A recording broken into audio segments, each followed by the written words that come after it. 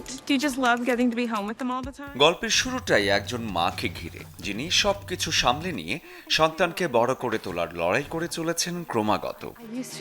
Wow!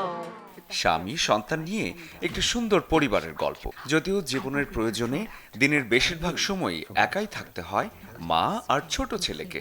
মা ছেলের খুনসুটি নিয়েই এগোতে থাকে গল্পের চিত্রনাট্য।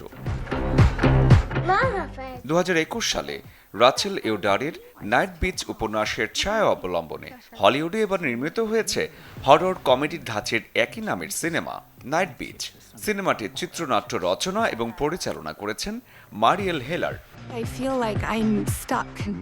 সিনেমার প্রচারে প্রকাশ পেয়েছে টিজার ট্রেলার, যেখানে মা আর সন্তানের নিত্যদিনের নানা গল্পে প্রধান চরিত্রে অভিনয় করেছেন অ্যামি অ্যাডামস।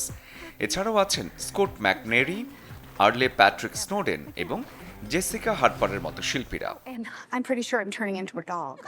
সার্চলাইট পিকচার্স প্রযোজিত এই হরর সিনেমাটি যদিও টরন্টো ফিল্ম ফেস্টিভ্যালে প্রিমিয়ার হয়েছিল, কিন্তু সবার জন্য হলিউডের বড় পর্দায় মুক্তি পাচ্ছে আগামী 6 ডিসেম্বর।